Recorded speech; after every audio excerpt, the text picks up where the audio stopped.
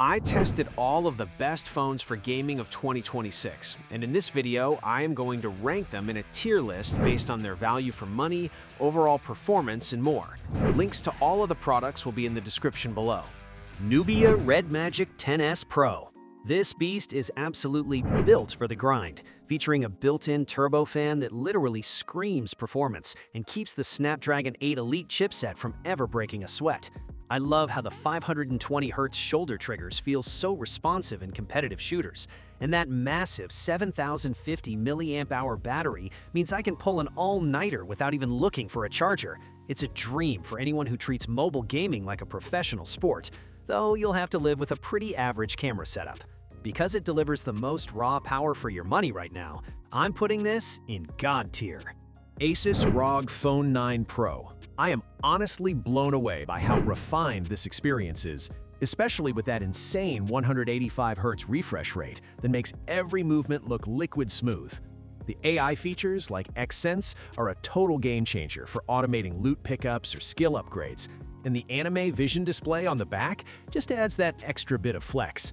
It's the ultimate premium package for the gamer who wants zero compromises on performance or software tools, even if it costs a fortune. For being the most polished powerhouse on the market, I'm placing it firmly in God tier. Xiaomi Poco F8 Ultra. This thing is a total speed demon that brings flagship level 120 FPS gaming to a much more reasonable price point, thanks to that clever Vision Boost D8 interpolation. I really appreciate the ultra-clear graphics and the HDR tech that makes open-world games pop, though I did notice it can get a bit toasty and pull a lot of power when you're really pushing the limits. It's perfect for the performance-hungry gamer who wants the best specs without paying the gaming brand tax. Because it punches way above its weight class despite the heat, I'm giving it great tier. Google Pixel 9a. I have to admit, while this phone is a king at photography, it starts to feel the pressure when you crank Genshin Impact up to the highest settings. The Tensor G4 is decent for your daily PUBG or Call of Duty sessions, but it lacks the thermal headroom and raw GPU grunt to keep up with the heavy hitters. It's a solid choice for someone who wants a great all-around phone and only games on the side, but it's definitely not a primary gaming rig. Since it's reliable but ultimately limited for hardcore sessions, I'm putting it in average tier.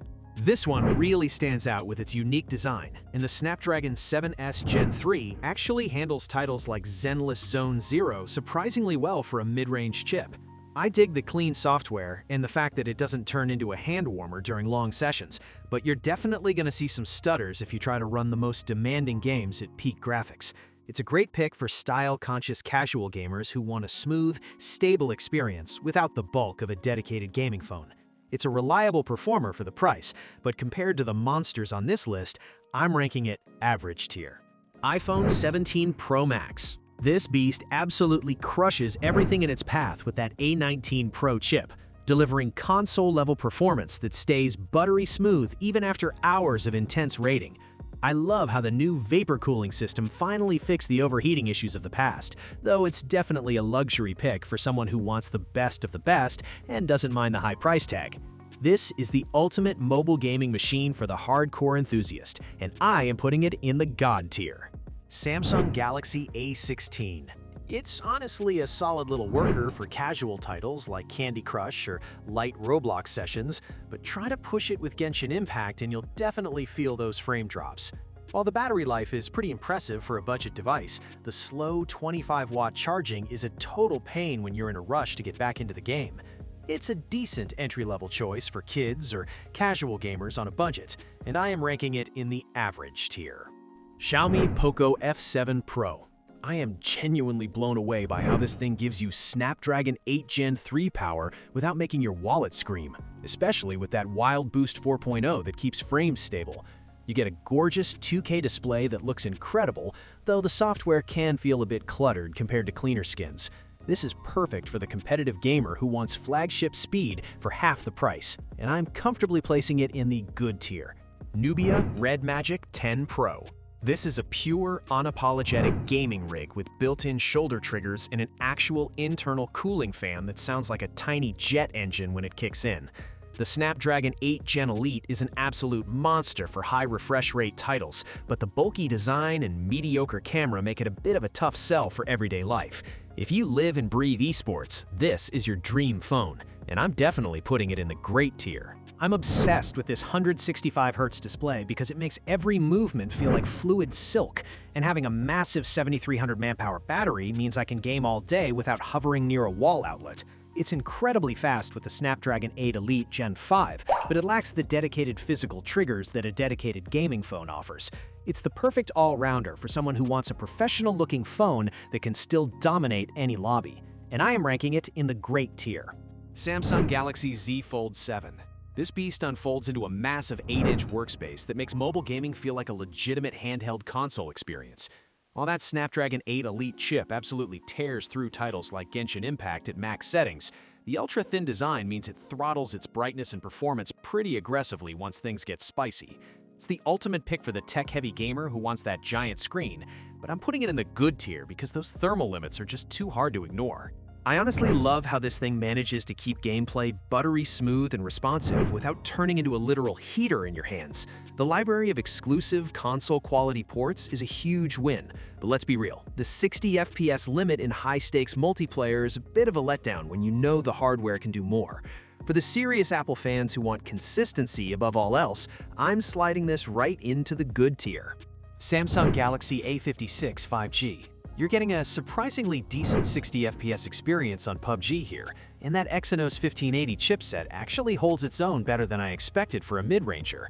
However, the graphics quality takes a massive hit, and the device gets uncomfortably warm after just 20 minutes of anything remotely demanding. It's a solid budget choice for casual players, but because it lacks that high-end polish, I'm ranking it in the average tier. Sony Xperia 1 Mark III. This is such a breath of fresh air because Sony finally nailed the thermal management, letting you pull off long gaming sessions without those annoying frame drops. I'm obsessed with the uninterrupted display and that dedicated game enhancer that lets me push most titles way past 60 FPS. Despite being a total powerhouse for purists who hate notches and punch holes, the steep price tag keeps it in the good tier for me. OnePlus 15R. The raw power on this thing is terrifying, hitting nearly 165 FPS on Delta Force, thanks to that new Snapdragon 8 Gen 5 silicon. It's got a monstrous 7,400 mAh battery that just won't quit, making it perfect for the hardcore grinder who never wants to see a charger. It's a total speed demon that outpaces almost everything else, but I'm sticking it in the good tier because it still cuts a few too many corners on the camera side. OnePlus 12R. This device is honestly such a weird one because while that Snapdragon 8 Gen 2 still hits over 60 FPS in heavy graphics tests, it's clearly starting to feel its age compared to the new Elite chips.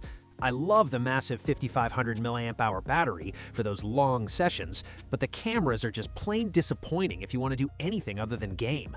It's a solid value pick for someone who wants decent power without breaking the bank, but I'm placing it in the average tier. Samsung Galaxy S25 Ultra.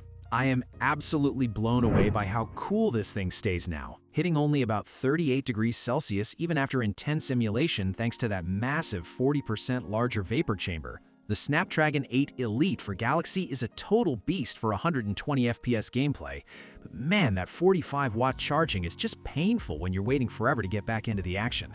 This is the ultimate do-it-all phone for the gamer who also wants the best screen and cameras on the market, so I'm putting it in the great tier.